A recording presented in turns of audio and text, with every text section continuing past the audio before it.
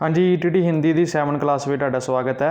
इस तो पहला अपनी ईटीटी हिंदी दी 6 क्लासेज हो चुकियां ने सैकेंड ईयर दियां। जेकर तुसीं वो नहीं देखिया तो जरूर देख लो। जेकर तुसीं चैनल ते नवे हो जां फिर पुराने भी हो तो चैनल को सबसक्राइब कर लो तो बैल आइकन जी प्रैस कर लो। अगर बैल आइकन प्रैस नहीं करोगे तो तुहाडे कोल नोटिफिकेशन नहीं पहुँचणगे जो भी वीडियो मैं इस चैनल पर पोस्ट करदा। शुरू करते हैं अज की वीडियो 7th यूनिट 1 कर रहे हैं आप ही। इहदे विचों आपां पहला श्रवण कौशल, सुनने वाला और कथन कौशल, ये 2 चैप्टर कर लिए हैं हमने फर्स्ट 2। आज हम 3rd चैप्टर करने वाले लेखन कौशल और इसके बाद पाठन कौशल वाला चैप्टर कर हमारी यूनिट 1 पूरी हो जाएगी। यूनिट 1 में पहले हमने ये कर लिए थे, किसी भी भाषा के 4 स्किल्स होते हैं: श्रवण कौशल, कथन कौशल, लिखन कौशल, पाठन कौशल। इंग्लिश में इसे हम स्पीकिंग, रीडिंग, लिसनिंग और राइटिंग कहते हैं।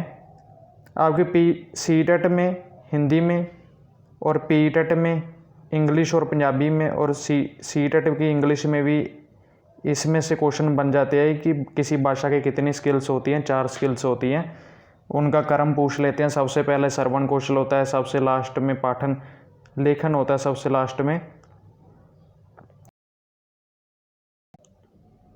हाँ जी, लेखन कौशल की क्लासेस को मैंने 3 पार्ट्स में बांट दिया है इस लेसन को।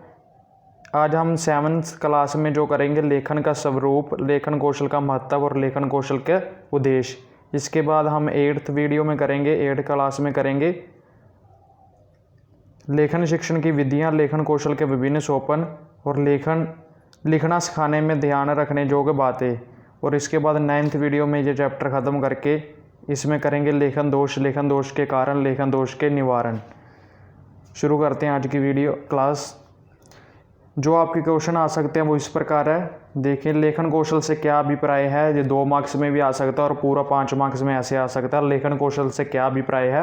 मौखिक रचना की अपेक्षा लिखित रचना में क्या विशेष गुण अपेक्षित है। मौखिक रचना, मौखिक जो मुंह से बोलने वाला, की अपेक्षा लिखित रचना में क्या विशेष गुण है जो है आए हैं। सेकंड है लेखन कौशल के महत्व पर प्रकाश डालें। थर्ड है लेखन कौशल की विधियाँ कौन कौन सी हैं, जे हम करेंगे। आप प्राथमिक कक्षा के विद्यार्थियों के लिए कौन कौन सी विधियों का प्रयोग करोगे। फिर लेखन कौशल के लिए श्रुतलिपि का क्या महत्व है, आजकल इसका प्रचलन कम क्यों है, कारण लिखें। और 5 क्वेश्चन जो है आदर्श लेखन से क्या अभिप्राय है। और 6 क्वेश्चन जो लिखित भाषा मनुष्य के लिए किस प्रकार उपयोगी है, सिद्ध करें। शुरू करते हैं लेखन कौशल। भाषा के मुख्य 4 कौशल: सुनना, बोलना, पढ़ना व लिखना। मैंने आपको पहले ही बताया था, सुनना, बोलना, पढ़ना व लिखना। सबसे पहले होता है सुनना, फिर बोलना, पढ़ना और लिखना। ये लाइन आप अपनी सी-टेट पी-टेट के लिए अभी से याद कर लें। सबसे पहले होता है सुनना, बोलना, फिर पढ़ना और लास्ट में लिखना। लेखन का क्या विशेष महत्व है। भाषा के मुख्य 4 कौशल हैं सुनना, बोलना, पढ़ना व लिखना में लेखन का विशेष महत्व है। लेखन अभिव्यक्त का सशक्त साधन है। अभिव्यक्त होता है प्रगटावे का, प्रकट करना, कुछ भी अभिव्यक्त करना। कथित भाषाओं में ध्वनियों का प्रयोग होता है तथा लिखित भाषा में अक्षरों अथवा वर्णों का। कथित भाषाओं बोलने में ध्वनियों का प्रयोग होता है और लिखित भाषा में किसका होता है, अक्षरों का और वर्णों का। मनुष्य जब अपने भावों व विचारों को इन वर्णों व अक्षरों के माध्यम से अभिव्यक्त करता है तो वह लेखन कहलाता है। मनुष्य जब अपने विचारों को इन वर्णों और अक्षरों के माध्यम से अभिव्यक्त करता है तो वह लेखन कहलाता है। व्यक्ति चाहे जितना भी मौखिक तथा बोलचाल की भाषा में निपुण हो, व्यक्ति जितना भी बोलचाल की या मौखिक भाषा में निपुण हो, परंतु लेखन कौशल के ज्ञान के बिना वह भाषा में दक्षता प्राप्त नहीं कर सकता। लेकिन कहते लेखन कौशल के ज्ञान के बिना वह भाषा में दक्षता प्राप्त नहीं कर सकता। लेखन कौशल को सिखाने की प्रक्रिया शिक्षण है, जो भाषा शिक्षण का अनिवार्य अंग है। लेखन कौशल को सिखाने की प्रक्रिया क्या है, शिक्षण है, जो कि भाषा शिक्षण का अनिवार्य अंग है। भाषा शिक्षण होता है किसी को भाषा को शिक्षण कराना, भाषा सिखाना कोई किसी को नया। जो 2 मार्क्स में क्वेश्चन आ सकता है, लेखन का स्वरूप क्या है। भाषा के 2 रूप होते हैं, मौखिक और लिखित। जो भी आपके सी-टेट और पी-टेट के लिए जरूरी है। भाषा के कितने रूप है, 2 रूप है, लिखित और मौखिक। मौखिक रूप के अंतर्गत भाषा का ध्वन्यात्मक रूप व भावों की मौखिक अभिव्यक्त है। मौखिक रूप में ध्वनियों द्वारा हम बोलते हैं, तो इसका रूप क्या है, ध्वन्यात्मक है, और भावों की मौखिक अभिव्यक्त है। जब हम इन ध्वनियों को प्रतीकों के रूप में व्यक्त करते हैं और इन्हें लिपिबंद करके भाषा को स्थायित्व प्रदान करते हैं, तो ये भाषा का लिखित रूप कहलाता है। जब हम इन्हीं ध्वनियों को प्रतीकों के रूप में व्यक्त करते हैं और इन्हें लिपिबंद करके भाषा को स्थायित्व प्रदान करते हैं, तो ये भाषा का लिखित रूप कहलाता है। भाषा के इस लिखित रूप की शिक्षा प्रतीकों के पहचान कर उन्हें बनाने की क्रिया अथवा ध्वनि को लिपिबंद करना लिखना कहलाता है। भाषा के इन लिखित रूप की शिक्षा को प्रतीकों को पहचान कर उन्हें बनाने की क्रिया जैसे हम ऐसे कै बनाते हैं, ख बनाते हैं ऐसे, अथवा ध्वनि को लिपिबंद करना क्या कहलाता है, लिखना कहलाता है। लेखन शब्द के अंतर्गत सुडौल अथवा अच्छे वर्णों में लिखना सम्मिलित है। सुडौल और अच्छे वर्णों में लिखना क्या है, सम्मिलित है। फिर हम करेंगे लेखन कौशल का महत्व करते हैं। लेखन कौशल का हमारे जीवन में बहुत महत्व है, जो इस प्रकार है। क्या क्या महत्व है? महत्व होता है लाभ जिसे हम कह सकते हैं, प्रॉफिट कह सकते हैं। फर्स्ट पॉइंट है, पॉइंट मैंने आपको पहले भी कहा है 5 मार्क्स का ये आपका क्वेश्चन है, पॉइंट अच्छे से याद कर लें। अंदर आप थोड़ा बहुत अपनी लैंग्वेज में चेंज करके लिख सकते हैं। फर्स्ट पॉइंट है ज्ञान अर्जन में सहायक, ज्ञान अर्जन के ज्ञान को अर्जित करने में। लिखित भाषा के माध्यम से प्रत्येक विषय का ज्ञान प्राप्त किया जा सकता है। भाषा के लिखित रूप ने इन ज्ञान का क्षेत्र विस्तृत कर दिया है। कहीं से किसी भी प्रकार की जानकारी लिखित रूप में प्राप्त की जा सकती है। प्राचीन भाषा, साहित्य, इतिहास, विज्ञान आदि को हम तक पहुंचाने का श्रेय लिखित भाषा को जाता है। कहते हैं लिखित भाषा के माध्यम से प्रत्येक विषय का ज्ञान प्राप्त किया जा सकता है। कोई भी विषय का जो ज्ञान है वो लिखित भाषा से प्राप्त किया जा सकता है। भाषा के लिखित रूप के ज्ञान का क्षेत्र विस्तृत कर दिया गया है। लिखित रूप के ज्ञान का क्षेत्र क्या ही विस्तृत, ज़्यादा लंबा कर दिया गया है। कहीं से किसी भी प्रकार की जानकारी लिखित रूप में प्राप्त की जा सकती है। किसी भी चीज़ की जानकारी लिखित रूप में प्राप्त की जा सकती है। और प्राचीन भाषा, साहित्य, इतिहास, विज्ञान आदि को हम तक पहुँचाने का श्रेय लिखित भाषा को जाता है। आपको पता है जो लिखी हुई पुस्तकें हैं उनको ही हमारी आगे की न्यू जनरेशन पढ़ के समझती है इतिहास को। और व्याकरण शुद्धता का ज्ञान, हमें भाषा के सही ढंग से बोलने तथा लिखने का ज्ञान व्याकरण से ही प्राप्त होता है। सेकंड पॉइंट हम करने वाले व्याकरण शुद्धता का ज्ञान, हमें भाषा के सही ढंग से बोलने तथा लिखने का ज्ञान व्याकरण से ही प्राप्त होता है। यहाँ तक कि मौखिक भाषा का शुद्ध उच्चारण लिखित भाषा पर निर्भर करता है। मौखिक भाषा का शुद्ध उच्चारण किस पर निर्भर करता है? लिखित भाषा पर।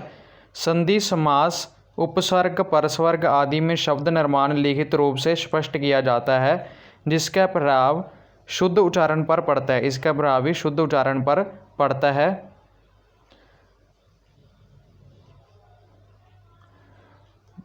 थर्ड पॉइंट है दैनिक जीवन में उपयोगी। व्यक्ति दैनिक कार्यों का ब्यौरा मौखिक रूप से याद नहीं रख सकता। उन्हें सुचारू रूप से करने के लिए वह लिखित भाषा का प्रयोग करता है। लिखित भाषा द्वारा ही घर तथा कार्य क्षेत्र में हिसाब किताब का लेखा जोखा रखा जा सकता है। लिखित भाषा से ही घर तथा कार्य क्षेत्र में, जहाँ पर भी ऑफिस में भी हिसाब किताब का लेखा जोखा रखा जा सकता है। फोर्थ पॉइंट हम करेंगे ज्ञान को स्थायी रखने में सहायक। लिखित जो भाषा है ज्ञान को स्थायी रखने में भी सहायक है। कैसे? विद्यार्थी विद्यालय में विभिन्न विषयों का ज्ञान प्राप्त करता है। विद्यार्थी विद्यालयों में विभिन्न विषयों का ज्ञान प्राप्त करता है। प्रत्येक विषय को स्मरण रखना संभव है। स्मरण होता है, याद रखना असंभव है। लेखन द्वारा ज्ञान को स्थायी रूप देकर विद्यार्थी प्रत्येक विषय की विस्तृत जानकारी प्राप्त करता है। लेखन द्वारा ही ज्ञान को स्थायी रूप देकर विद्यार्थी प्रत्येक विषय की विस्तृत जानकारी प्राप्त करता है। 5 पॉइंट है मानसिक विकास। लेखन कार्य के अध्ययन द्वारा विद्यार्थी का चिंतन व मनन विकास होता है, जिससे वह स्वयं भी लेखन कार्य करने की ओर आकर्षित होता है। लेखन कार्य के अध्ययन से द्वारा ही विद्यार्थी का चिंतन व मनन विकास होता है, जिससे वह स्वयं भी लेखन कार्य करने की ओर आकर्षित होता है। मानसिक विकास से विद्यार्थियों का दृष्टिकोण व्यापक होता है। मानसिक विकास से ही विद्यार्थियों का दृष्टिकोण व्यापक होता है। 6 पॉइंट हमारे शिक्षण प्रक्रिया में सहायक। प्रत्येक विषय का ज्ञान मौखिक रूप से ना तो बताया जा सकता है, ना ही विद्यार्थियों ने सिमरण कर सकते, याद कर सकते हैं। कक्षा में शाम पठन लेखन द्वारा शिक्षण सहज ही हो जाता है। ब्लैक बोर्ड पर लेखन द्वारा शिक्षण सहज ही हो जाता है, आसान हो जाता है। भाषा, गणित, विज्ञान आदि विषयों का ज्ञान मौखिक रूप से संभव नहीं है।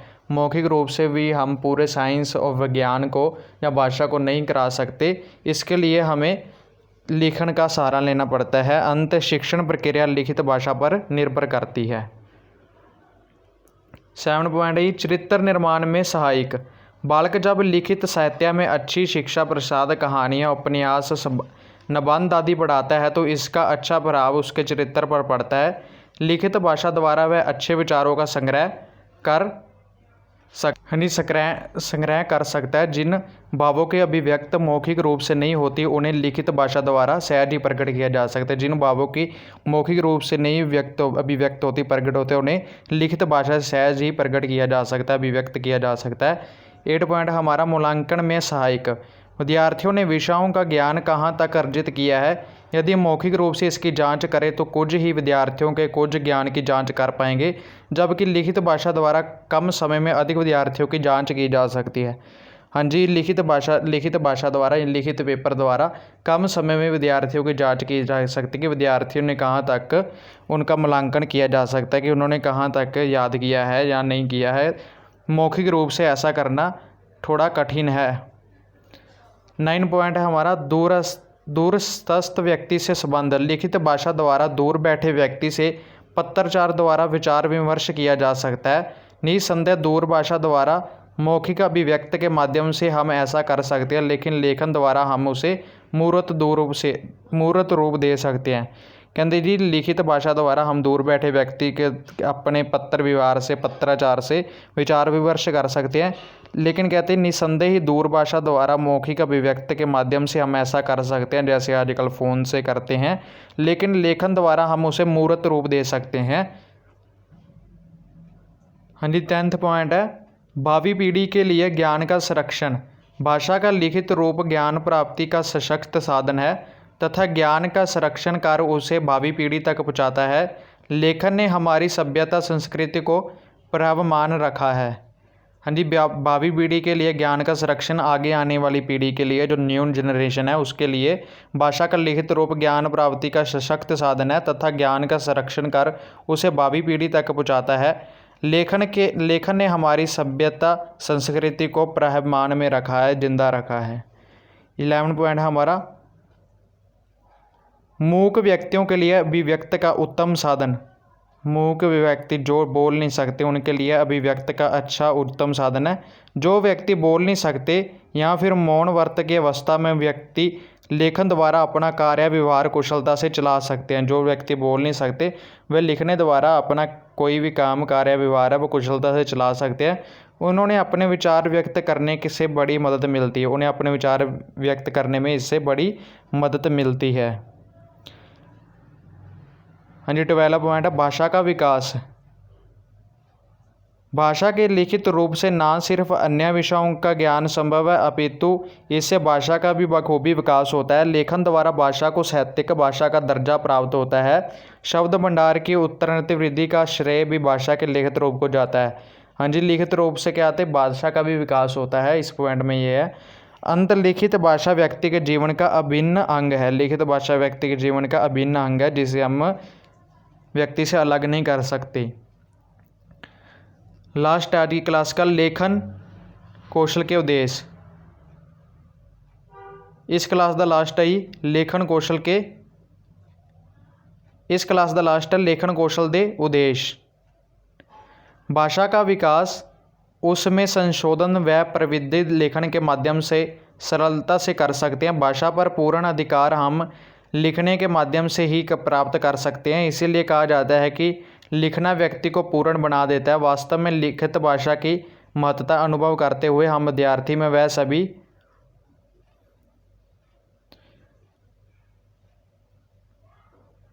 सभी गुण पैदा करना चाहते हैं। अंत लिखित भाषा शिक्षण के उद्देश्य इस प्रकार है। हाँ जी, उद्देश्य में क्या कहते हैं, ये भाषा का विकास है, उसमें संशोधन व प्रविधि लेखन के माध्यम से सरलता से काम कर सकते हैं। भाषा पर पूर्ण अधिकार हम लिखने के माध्यम से ही प्राप्त कर सकते हैं। भाषा पर पूर्ण अधिकार प्राप्त करना है तो लिखने के माध्यम से ही कर सकते हैं। इसलिए कहा जाता है कि लिखना व्यक्ति को पूर्ण बना देता है। वास्तव में लिखित भाषा की महत्ता अनुभव करते हुए हम विद्यार्थी में वह सभी गुण पैदा करना चाहते हैं। अंत लेखन भाषा के उद्देश्य क्या है ये देख लो आप। लेखन द्वारा विद्यार्थी व्याकरण समस्त शुद्ध भाषा का प्रयोग कर सकेगा। लेखन के माध्यम से विद्यार्थी प्रसंगानुसार उचित शब्दों में मुहावरों, लोकोक्तियों तथा सुक्तियों का प्रयोग कर सकेगा। कहते लेखन के माध्यम से विद्यार्थी क्या प्रसंगानुसार उचित शब्दों, मुहावरों, लोकोक्तियों का तथा सुक्तियों का प्रयोग कर सकेगा। लेखन द्वारा विद्यार्थियों को साहित्यिक भाषा का ज्ञान प्रदान करना। लेखन द्वारा विद्यार्थियों को साहित्यिक भाषा का ज्ञान प्रदान होता है। 4th पॉइंट है विद्यार्थियों को लिखने का इतना अभ्यास कराना कि वह यंत्रवत गति के साथ धारा प्रवाह रूप से लिख सकें। विद्यार्थियों को लिखने का इतना अभ्यास कराना कि वह यंत्रवत गति के साथ धारा प्रवाह रूप से लिख सकें। 5 पॉइंट है विद्यार्थियों में अपने भावों तथा विचारों को लिखित रूप से अभिव्यक्त करने की योग्यता विकसित करना। 6 पॉइंट है विद्यार्थियों की सृजनात्मक शक्तियों को विकसित करके उन्हें मौलिक रचना कार्य की ओर अग्रसर करना। 7 पॉइंट है विद्यार्थियों के अक्षरों की ठीक और सुंदर बनावट लिखवाना। विद्यार्थियों के अक्षरों की ठीक और सुंदर बनावट लिखवाना, सुंदर लिखाई कराना। 8 पॉइंट है विद्यार्थियों को शुद्ध वर्तनी वाक्य रचना के नियमों तथा विराम चिन्हों का प्रयोग सिखाना। विद्यार्थियों को शुद्ध वर्तनी वाक्य रचना के नियमों तथा विराम चिन्हों का प्रयोग सिखाना।